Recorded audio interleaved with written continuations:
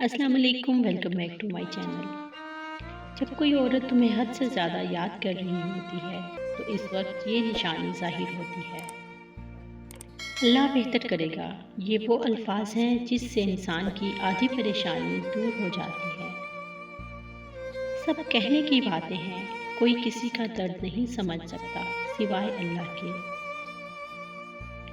या अल्लाह, मौत की तलखी, कब्र की सख्ती, हशर की शर्मिंदगी और जहन्नुम की गर्मी से हमारी हिफाजत फरमा, आमीन। इंसान की आधी मौत तो इसी दिन हो जाती है जिस दिन इसका मनपसंद शख्स इसे छोड़ जाता है।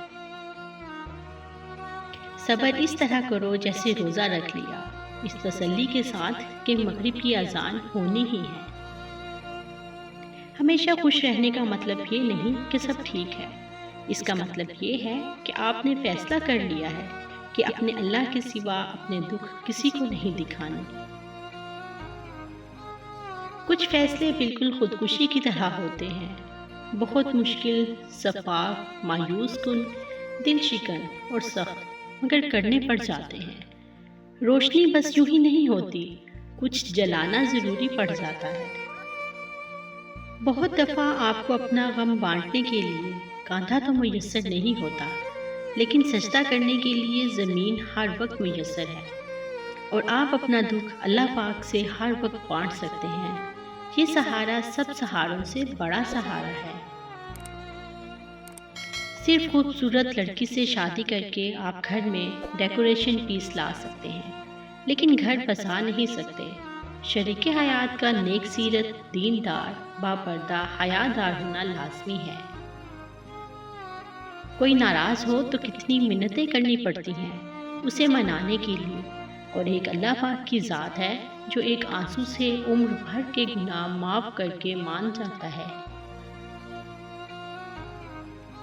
मोहब्बत या इज्जत किसी को इतनी मत दो कि वो तुम्हारी कदर करना भूल जाए।